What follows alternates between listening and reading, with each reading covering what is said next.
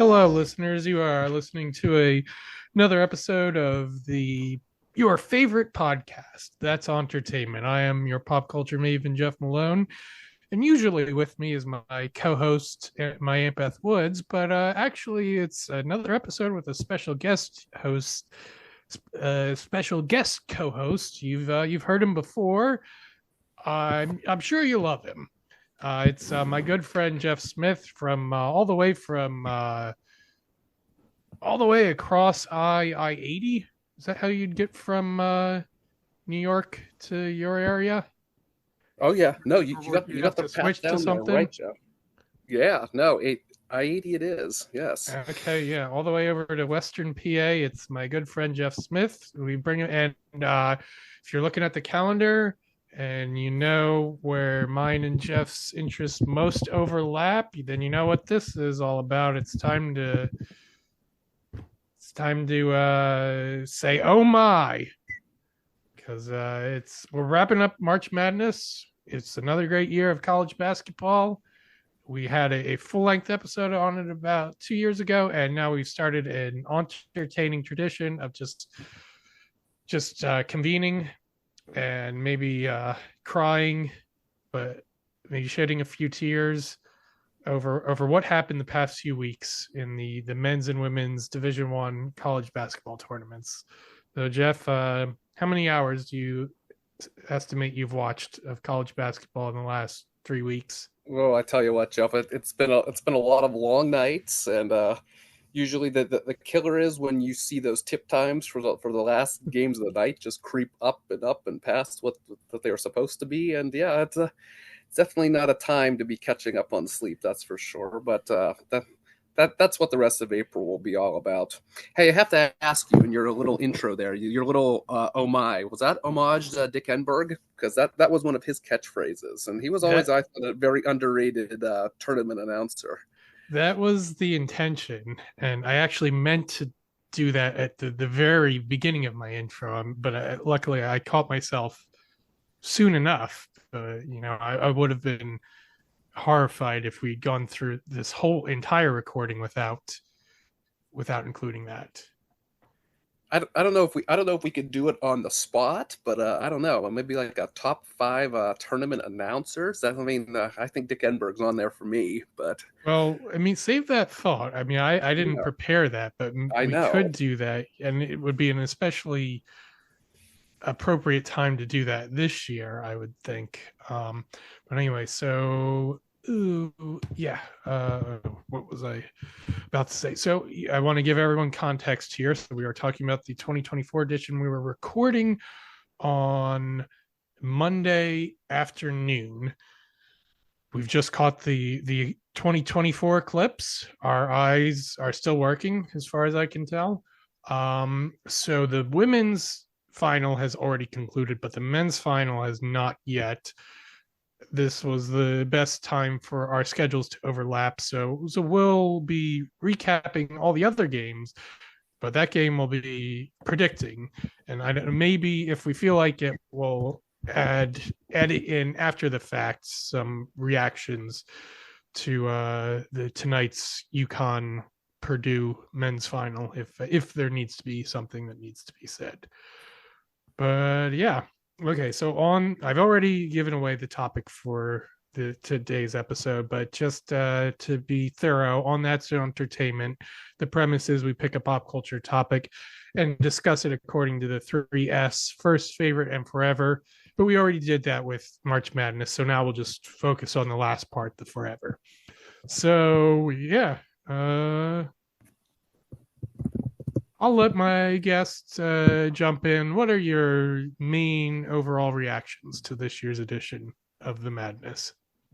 Well, I feel like the women's side is where I feel like this year more than ever, just the way the ratings have just taken off, and just the interest level in general, where I feel like this is the year I watched the women's tournament more than I have any year in the past. Not that it hasn't been good in the past. I know it has, but this year especially, you had some real good real interesting storylines kind of take shape as the tournament went on, and even the finals game yesterday. I mean, I know South Carolina, what they wound up winning by 12. It did seem like So at the yeah. end Iowa just kind of that you just saw the look of defeat on them, but the girls' games were very captivating, I thought, and I'll be curious to see that, as the years continue here, like are we going to try to take this to more of a level like the men's tournament looks, where I know a lot of times the women's games, you have one of the schools in that first round in those pods that they host. Like, are we looking at maybe expanding this to like bigger venues as well, kind of like what the men's have, or not? It'll be interesting to see. I feel, because I don't know, I feel like maybe there's a lot of people out there like me that kind of just really took off and got more interested in it this year, especially with some of the storylines on the girls' side, whether it was the undefeated South Carolina team or Caitlin Clark, or even the perennial favorites, usually UConn, kind of making their run from not on the one line too. So that all was really interesting to me. And Jeff, I don't know about you. I know you always do watch the women's tournament a fair amount. Did you feel like you wound up watching more this year than past, or about the same? Um, Probably the same amount as the last few years because I was just watching it as much as possible anyway. I mean, like the men's round of 64 starts on a Thursday, and then the women's starts the very next day on that Friday. So that first Friday is what you have a total of 32 games Mm-hmm. combined with men's and women's. It's just Yes. Yeah. exhausting keeping up with it all. So I'm trying to, just I've got the apps open, I've got an extra window open on my computer, just bouncing back and forth to whichever game is most competitive. So I mean, like the entire day, or at least as long as I'm home, I've got a game on. And then, the days where there's only women's games, then it's easier. I'll make sure to have whatever game is on at the moment. So I mean, I'm pretty much watching as many games as possible. But I think I this year it felt like I had more of a rooting interest or more of a storyline interest in more games than usual. Mm-hmm. I had taken a bet on Iowa at the beginning of the season to win it all. And I mean, I've just been a fan of Caitlin Clark for the past few years. And I was excited that they were playing LSU in the Elite Eight because that was a rematch of last year's title game. And the matchup against South Carolina was also a rematch. So, I mean, yeah, they didn't have to convince me to watch it. I was already drawn in, but I feel like my attention was captivated even more than usual. Mm-hmm. Yeah, that's how I felt too, and it's always interesting. I feel on the women's side, it's just you don't see the same number of upsets that you do in the men's side, and I mean, Although if you're someone they did have a 16 beat a one before the men ever did. that is true, yes. Mm-hmm. But it just feels like for the most part, there's definitely a talent discrepancy between those higher seeds and then the Mm-hmm. lower seeds that come from the mid majors, and that's another thing. Like, let's see what happens in the next 15 to 20 years as well. Will that gap kind of shrink in a sense too, where it'll be interesting to see, because I definitely can see potential for this getting bigger and bigger and more interesting, and I think more people will continue Yeah. following along because okay, what's not to say next year? I mean, UConn's bringing back, it seems like a good chunk of their team, and then Paige Buckers becomes kind of what Caitlin Clark was as well, what she was touted to be too. So, Well, in the men's game, you have a lot of guys mm-hmm. not even going to college. Like they'll go straight to. I mean, what are the teams that are like just made for like since you have to be at least 19 to be drafted into the Yes. NBA, but they don't want to go to college. They just I mean, it's not the G League. What is it? I don't even know what the teams are. Yeah, no, there is a team. Oh, I guess after this year, I guess they're folding up, but it's called the G League Ignite. So it's this team that does play in that league. Yeah, you're right. Those draft eligible players for next year, and it does. Like I've been curious, just jumping on and seeing like, okay, NBA mock draft wise, who are these guys in the tournament going high? And like a lot of the top 5, 6 picks are guys who are doing that instead of in the college game. So it's like, oh, geez, okay. Yeah. So like a lot of the best young men's basketball players aren't even playing college ball.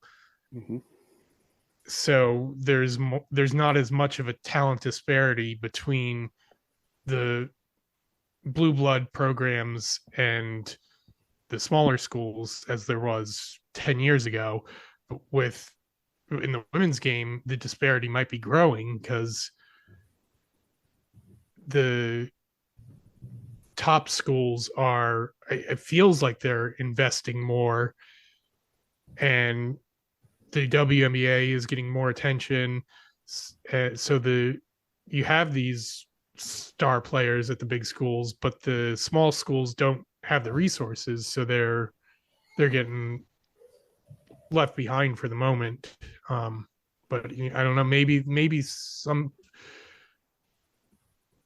some schools along there will be able to find the opportunity, because there are a few mid-major women's teams that have done well lately, like Middle Tennessee State and Hmm. South Dakota State. I think have made it. Hmm. I think they've both made it like at least 3 tournaments in a row. And it was interesting too to see. I guess there was a storyline in the winter too with that Gonzaga women's team. They just reeled off a bunch of wins in a row too. It was kind of cool to keep track of. Also, And when in Gonzaga history has the women's team had a higher seed in the tournament than the men? yeah, that's a good point. Was this the first time? Do you know the answer? Um, I mean, it was the first time that I ever noticed it. Yeah, yeah, I agree. I mean, because the last several years, Gonzaga's been like, I mean, a 5 seed this year. That's pretty low for them. Usually, they're a 1 seed or close to it. Okay, so yeah, we covered a lot of the storylines there. Yeah, I let me see if you agree with this. I think, and I would have to look up to see if this has ever been the case, but there's a little subjectivity in this too. But I think this year we got the top 2 teams for Yeah. both the men and the women's in the finals matchup. And I think you can, that's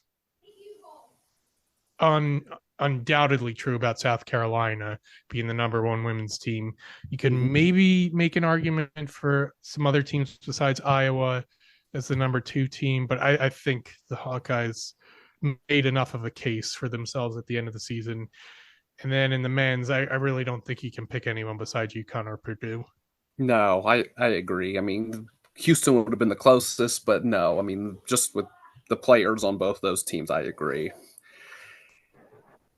I Yeah, know that and I know they mentioned in 2021, that first tournament after COVID came back, you did get Gonzaga and Baylor in the finals on the men's side. I don't know what the women's final was.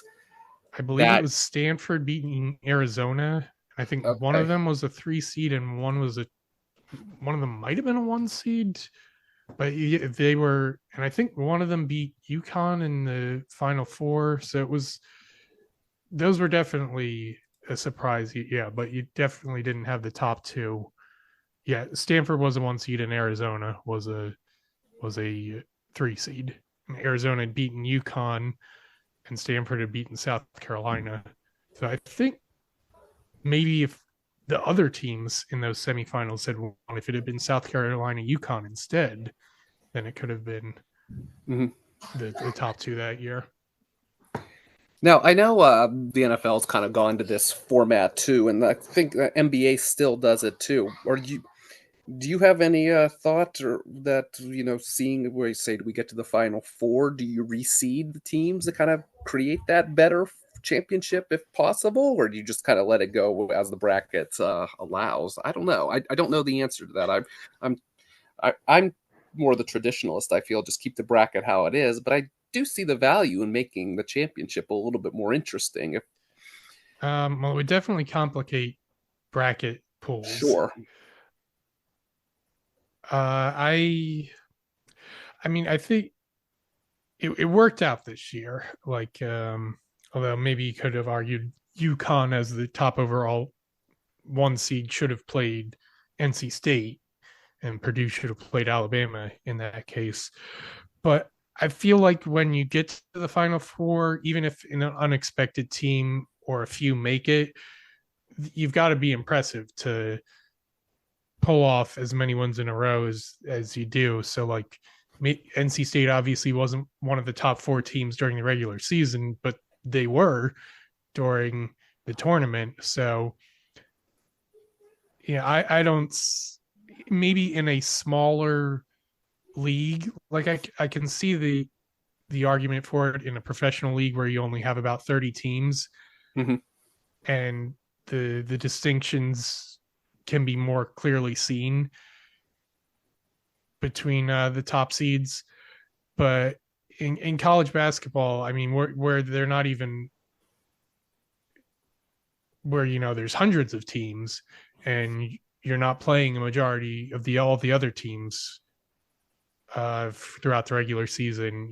There's just a lot of unknowns to that, and I'm satisfied with the way it is now. Mm-hmm. I mean, there's maybe other things that they can look at to mix it up, but I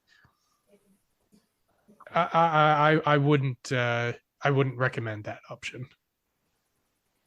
No, that's fair because I know, and I'm sure you've seen it too or read about it. That interest in just, oh, do we expand the tournament to what?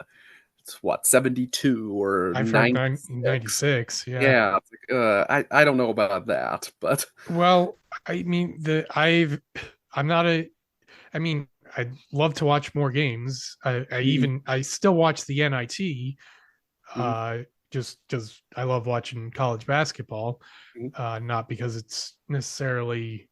I mean, they have a few exciting games, but mhm, um, so if it does expand, I'll watch all the games mhm. and I'll figure out how to fill out my bracket. But I don't see the value of it unless you're bringing in more mid-major schools that aren't getting the opportunity. But it seems like that would not be likely what happens. Like whenever I've read about the people who are interested in expanding the tournament, it's like officials from Power Six conference schools Mhm. who want to have more of the major conference schools in there because that gives them more revenue.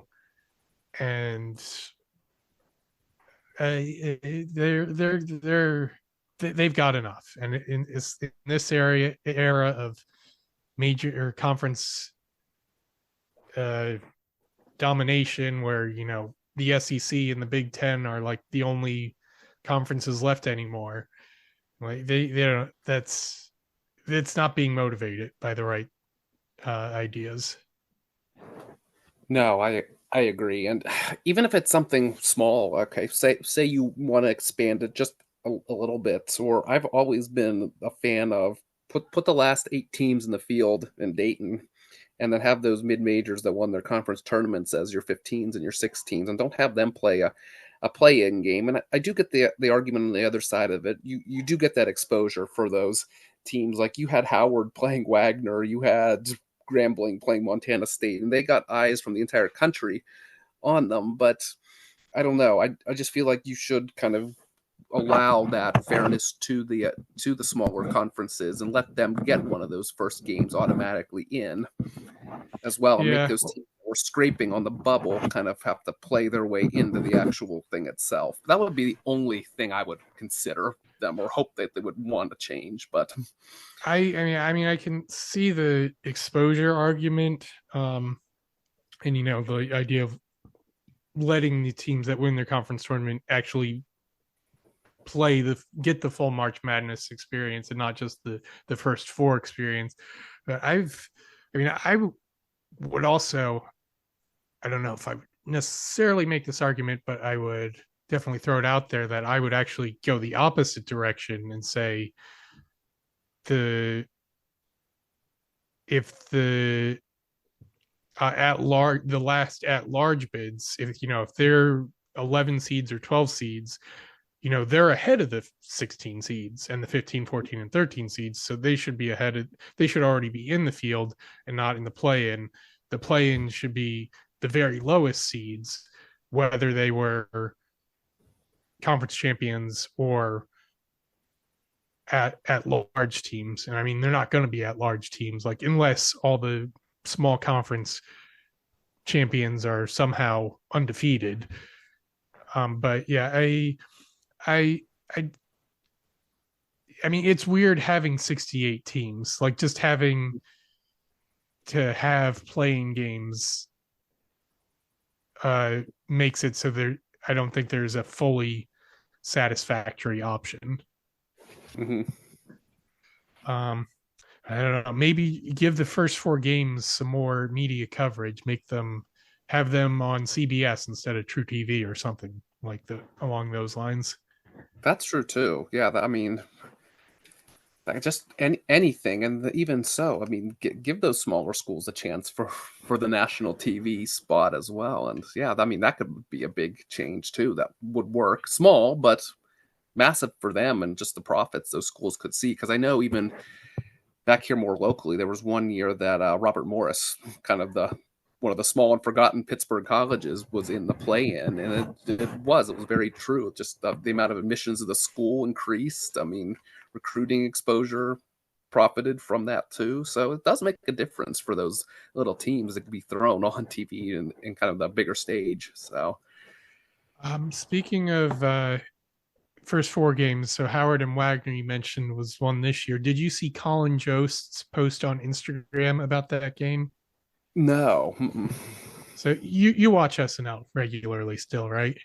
Yeah. Mm-hmm. So, I mean, for any SNL viewers out there, you know that one of Colin, part of Colin Jost's persona on Weekend Update is that he's a total white bread guy who, and who's like a white supremacist. Not really, but he plays that part on Weekend Update. So, he grew up on Staten Island, which is where Wagner University is, and then so he posted on Instagram. He's like, I'm rooting for Wagner to beat Howard and then to beat North Carolina in the 116 game, even though I grew up rooting for North Carolina. And he's like, I know that the optics of this are bad for me, rooting against an HBCU school like Howard. So look up Colin Jost's Instagram. Go back through his posts from the past few weeks to get the Yeah. wording Okay. of that correctly. Yeah. But yeah, did you see any other interesting social media posts or any celebrity reactions to this year's tournament along those lines? Nothing stands out to me. Um, it probably wasn't, I guess, to my advantage either. But anytime, I mean, that to be watching social media for that sense. But anytime the tournament does make its way through Pittsburgh, I hold myself up and go. So I'm out of the loop kind of when that happens, and I'm just kind of numb to the fact I just spent 12 hours watching basketball one day and then six the next, or the 2 days later. So So, felt like I well, was a you little bit less on my social media game this year. right. Well, there were some games in Pittsburgh this year. Did you make it to I did. the? I did. Okay. I did the whole session, but both days worth. So I got treated to the NC State run from the beginning, and then I got one of the stories of the first day was the Oakland win over Oh, Kentucky. nice. Oh man, I you mean, got to not, the. That was then Pittsburgh was the best place to be. Didn't even yeah, realize. because then you went back around on that Saturday as well, and we had NC State and Oakland went to overtime, and then Creighton, Oregon went to double overtime. So Oh man. got got three extra bonus sessions out of that day And we too. could But like rank which cities had the best experience for the in-person fans. I And I just feel Pittsburgh sure sounds like it was number one this year. yeah, I feel spoiled every time it comes because they always sell out here. They fill the Penguins Arena, PPG Paints Arena, and they get over 18,000. And the place is full. I mean, the only sections that don't stay filled the entire time are the ones with the alumni and the families of the players because they're kind of sectioned into each one of the corners of the arena. But there's nothing quite like when the lower seed has the higher team on the ropes, and I mean Mhm.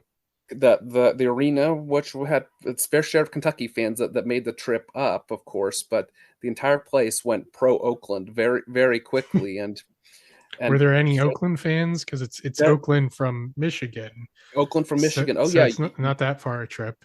no, you would see them around town for sure. Like they had their Oakland gear on and everything like that. But I thought one of the coolest things was like after Oakland lost to NC State because they were the first game of that night. The one player for Oakland, his name was Jack Golke. He's the one who hit all the threes to take Mhm. Kentucky down. And I don't know how closely you watch this, Jeff, but you have to look at this guy's stat lines for the year. He attempted 8 2-point shots during the season and well over 200 3 pointers For the attempt. whole It's season.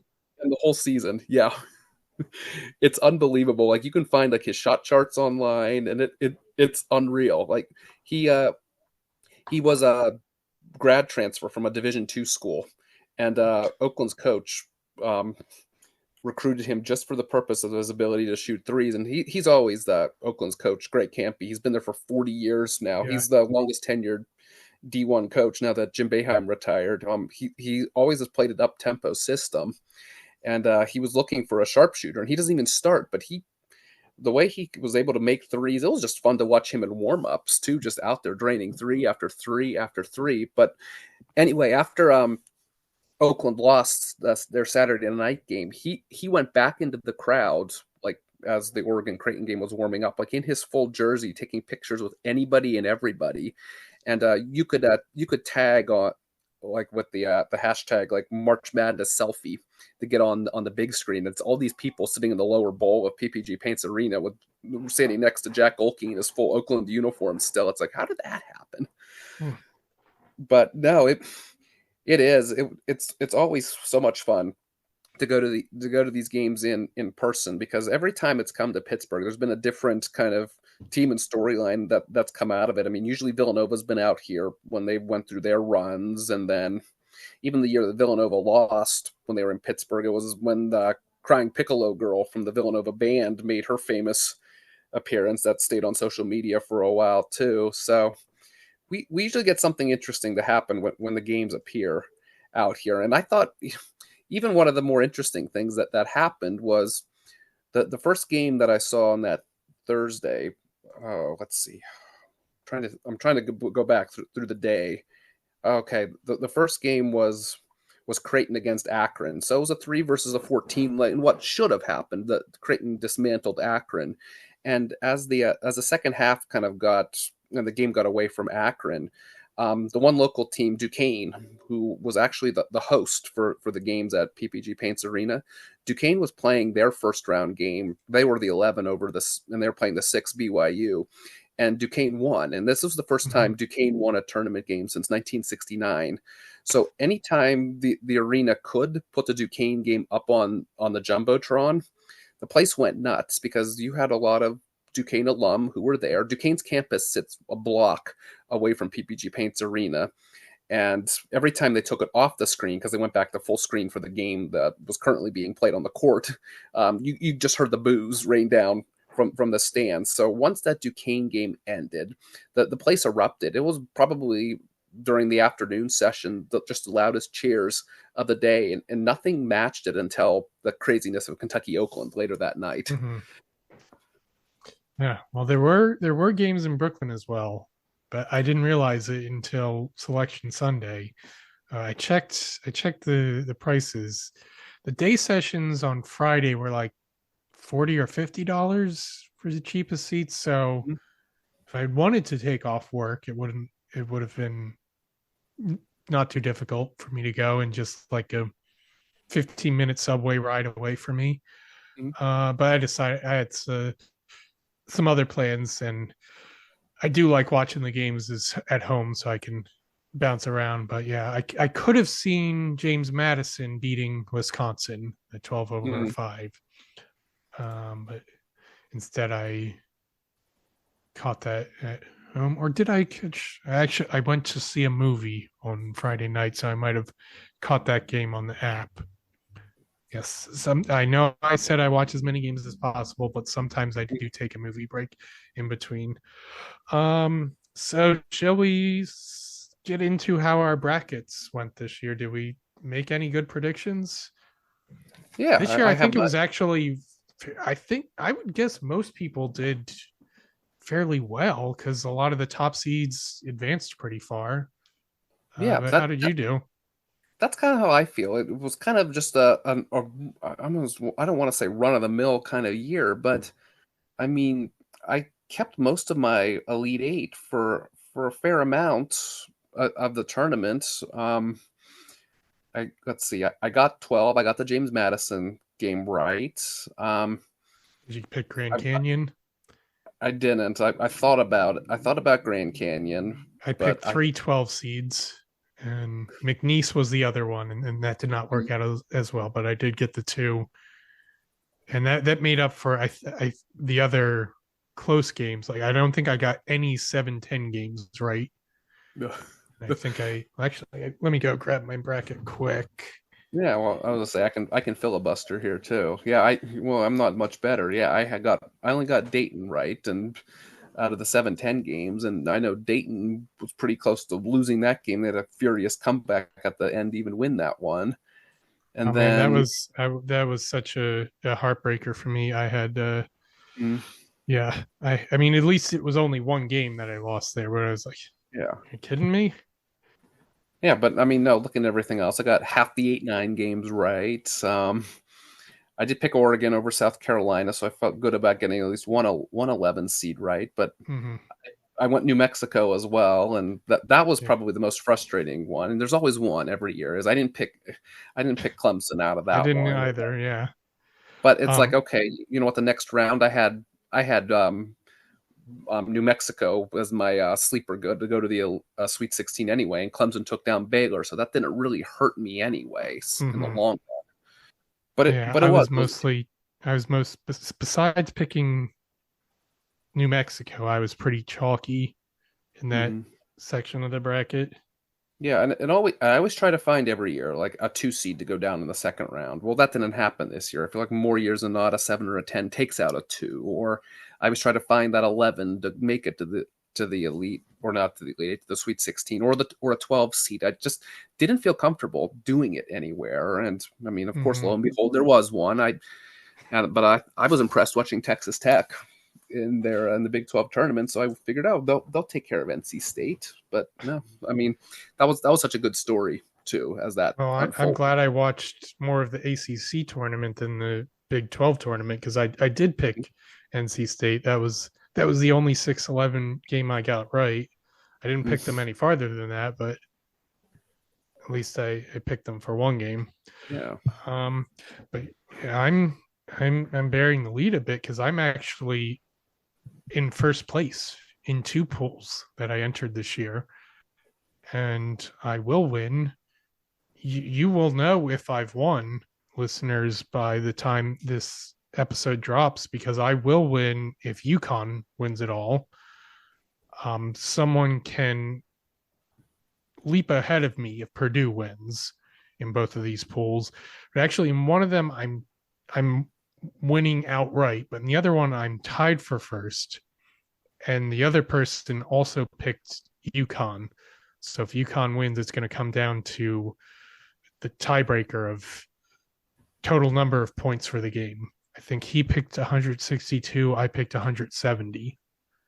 So as long as it's at least 167 total points, and I will win a bracket pool. I think for the first time since 2009. yeah. I've got nothing. It's just a kind of a ho hum year for me, and I don't have anything in tonight's game. People ahead of me have Connecticut, that's who I have picked to win it all, or Purdue. So no, it's just Right. on to next year for me. So Okay. So you at least picked the right. You picked UConn all the way. Who did you have them beating in the final? I had Houston. Okay. And what was the rest of your final four? And then I had top right corner was Houston, bottom right Purdue, and then I had North Carolina bottom left, and then UConn. You went with all the one seeds. all the ones, and then oh wait, no, I'm looking at the wrong spot. I'm sorry. I had Arizona in the bottom Okay. left. Yes, so 3 ones and a two. Yep. All right. I got hooked into the Arizona stays on the West Coast to play, and no, that didn't work. So I went with Alabama out of that region, so that was what really that helped push me over the yes. edge. Hmm. Yeah, But and I that was, was another one too. Was trying to find the one seed that was going to go down in the Sweet 16 because I feel like that happened every year, and I didn't feel good about any of those picks, so I just kind of left it. So yeah. Well, I was like, I don't think I think UConn and Purdue are too good for a lower seed to beat them. mhm. Houston, I wasn't that impressed with, but I wasn't sure who would beat them. North Carolina, I was like, they just snuck in as a one seed, and I like Alabama. They score so many points, Mhm. and that worked out. Yeah, but speaking of the final, what do you think? U- UConn's a 6.5 point favorite, I think. Yeah, I mean, against a team as good as Purdue, but I can understand why they've beaten everyone by double digits. yeah. Now, this run reminds me of the run Villanova went on a few years ago. Few years ago, when they won their second title and they beat Michigan in the final. Now, granted, I Yeah, think Purdue's a lot stronger of a team than that Michigan team was, but no, I think UConn really matches up well with Connecticut, and then I mean I think Donovan Clingan kind of cancels out Zach Edey in a sense with just their size. It's going to come down to who can get who in foul trouble more than anything. But I just think probably. Connecticut's secondary pieces are so much stronger than Purdue's, where I think that's going to make all the difference in the world. So, all right, and kind of along those lines too, Jeff. And speaking of their secondary pieces, um, where do you stand on Cam Spencer, seeing the fact that he is a former Loyola and Rutgers player? Is he a fan in your books, or are you kind of disappointed he's turned against some of your favorite programs there? Or Um, well, I mean, I know when he transferred from Loyola to Rutgers, it was kind of a lateral move for me because I'm a Loyola alum, but I also root for Rutgers because my dad went there. So I was like, well, he's not going to win a championship at Loyola. He's probably not going to make the tournament either. mm, With Rutgers, he has a chance to do that. And then he caught the attention of, I guess, everyone there because then he moves on to the defending champions. Um, the way the state of college basketball is now, I don't hold any ill will against anyone moving on to whatever program makes the most sense to them. And I'm like, he's a grad student now, so mm, there's also an academic consideration. I don't know how much of a part that played for him, but maybe it made more sense for him to continue school at UConn than it did at Rutgers. right. I don't know. So I mean, I I enjoy watching him. Um, I It would have been nice if he had stayed with Rutgers because they took a back step this year. So I think they missed him a lot, as well as a few other guys who left. But yeah, I'm certainly not rooting against him. Let's put it that way. Hmm. So if I were to give my prediction, I'm going to say that UConn covers that 6.5, and that it's one more double-digit win tonight. So I do think it will be high scoring. So your number total there, I feel like you should feel pretty confident about that. You've got two high scoring teams there. Well, I So, mean, that's what I figured. So I yeah. said 170. They're 6.5 point favorites. So I'll just stick with that. Just so I'll say they'll win 89 to 81, and they cover and they match my prediction perfectly. Yeah, no, I'm about with you. I was gonna go pretty much along the same lines. I was gonna say Connecticut's gonna get into the 90s, though. I'm gonna go 92 to 80. So we're kind of in that same ballpark for Okay. sure. Well, either way, that works out for me. So, Right, exactly. Yes. all right. Well, should we move on to the stuff around the basketball, the the TV presentation of it all and everything else that was going on? Sure. Yeah, let's do it. Well, this was a unique year for March Madness because it was the first one in quite a while without either Greg Gumbel or Jim Nance. Jim Nance retired from March Madness announcing, and Greg Gumbel had a family health issue. They didn't go into details, but they announced that during Selection Sunday. But it was very odd not having him around in the studio. And although Jim Nance, he was around somewhat because he appeared in all those ubiquitous Capital One commercials.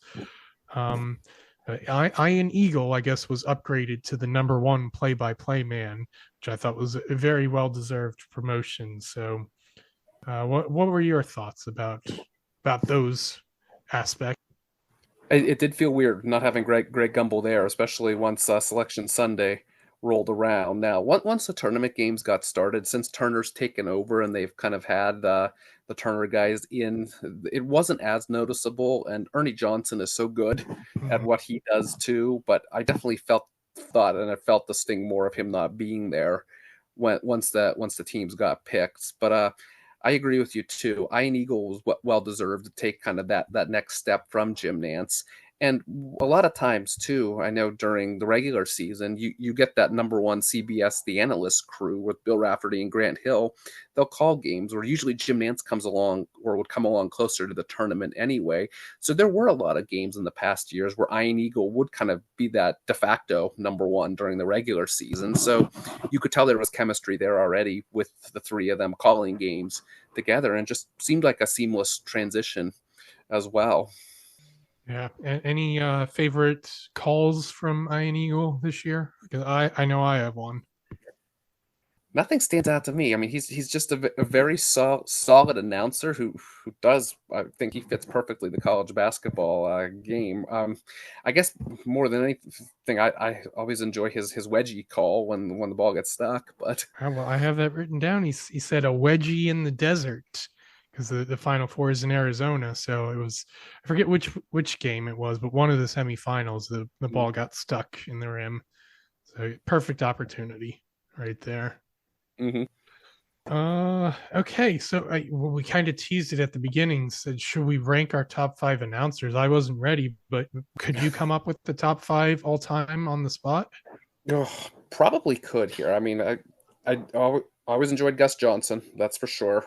I'm disappointed he's not on the CBS crew anymore. I mean, he does well with Fox and the And Big East games usually. it'd be nice if they could work out a deal where they could Yes, loan him to CBS and Turner just for March and yes, April. yes. I already mentioned Dick Enberg as well. So he was always another favorite of mine. If we're looking for not just play by play but also analysts too, I think Bill Raftery was always one of my favorites too, especially when he was paired with Vern Lundquist too. That pair together, I mean, I don't know. If part of it too was just thinking of like Vern Lundquist calling golf tournaments as well, where just like he was very good at no matter what sport you gave him too. Or I think about when he did SEC games also. And then, if I needed to pick one more, I I'd probably go Ian Eagle, and Kevin Harlan's right there too. I love that there's a video online of, I guess there were the first game he called last season was a Furman over Virginia first round upset, and just watching him lose his mind as Furman made this crazy comeback at the end to beat UVA, and just the reaction of his two broadcast partners too while he was going nuts on the call. That But was Harlan or Eagle? that was Kevin Harlan. Yeah, Okay. he was paired with Stan Van Gundy and Dan Bonner last Mm-hmm. year, and just their facial reactions were great. Watching the game, the call on the court unfold, and then Kevin Hartman's losing his mind off to the side too. Yeah, it's interesting having Stan Van Gundy as one of the color Yes, guys too, because he and his brother, they do not back off from criticizing. I mean, pretty much anyone. Like they are among the most constructively critical color commentary guys in basketball nowadays. Okay, uh, anything else before we wrap it up? We've always got plenty to say. We're two of the maddest people this time of year. But anything before we wrap it up and get ready to watch tonight's game? No, I mean, as always, we just have to hope that we get a good one shining moment at the end of the night here, and then we'll see what the craziness of the next few weeks in the college basketball world have happened here. I guess the big news with John Calipari moving yesterday. We're going to see how that shifts things here, and there's never a Where dull did he moment in end up? basketball. I only just saw it on the ticker quickly. Arkansas. That is, ooh, Yeah, that'll be something to get used to. yeah. Oh, absolutely. I mean, you kind of knew that maybe something was up after that last game that he lost. Just the way he kind of walked off the court, kind of stunned to disbelief, like he maybe realized this was the end. But it'll be an interesting next few weeks in the college basketball world too, even after tonight's done. Mm-hmm. All right. Well, the question for me is, will I stay up for one shining moment, or will I just record it and watch it in the morning? We'll see how that goes. Maybe I'll provide an update at some point. Okay. So you have anything you'd like to promote or recommend that you can enjoy with your aunts and or nephews? Cool. Gosh, nothing comes to mind. Does it have to be a show of some kind, or just It anything can in be general? anything. Yeah, I didn't remind you of this part of the show since it was Well, just no, I mean, hey, I've been on long enough to know I can always think about something to promote here. Well, hey, as the spring weather has turned here, I think finally in Western Pennsylvania, taking advantage of the early dismissal today my kids had from school, we busted out our portable pickleball net. So I think whether you're 8 and 7 years old or 58 and 57 years old, there's going to be another great spring and summer of pickleball to come. So, do you have a pickleball court in your backyard? well, we make do with just chalk on the driveway, but it's been known to officially get the measurements down pat. So, Well, I mean, I would be nice for me to even have a driveway in Brooklyn, but maybe eventually someday I'll live somewhere with a driveway. But yeah, okay, pickleball. Just play it. Is watching it fun too? I don't know. I've yet to say I've watched it on TV. I know it's on TV sometimes, but playing it's perfect. That's what Well, I'll recommend. I've watched a few pickleball events. Like CBS had a celebrity tournament called Pickled. Emma Watson was in that. Paul Shear and his wife June Jane Raphael and Will Ferrell showed up. Stephen Colbert hosted it, and ESPN has had a few pickleball events with like former tennis players, McEnroe and Andy Roddick, and or wait, didn't or not Andy Roddick. I think Andy might have been an announcer on that, but he didn't play. Agassi played, and Steffi Graf, Maria Sharapova, and a few others. So Jeff Smith is recommending playing pickleball. I'm going to recommend watching pickleball as well.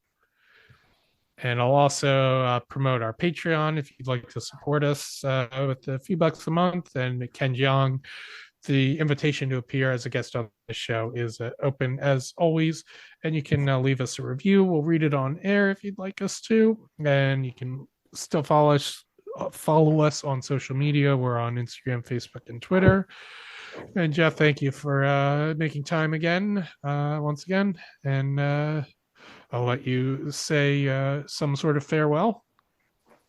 It's always a pleasure, Jeff. I think I know probably about same place, same time period next year. Maybe not with an eclipse to talk about, but hey, we'll make it work. 2025 is right around the corner to talk some March Madness. Very good. I've got it right down. I'm gonna scratch my pen against right next to my microphone so that our listeners know it's going in my calendar. And then I'll say, keep your remotes handy and your eyes open.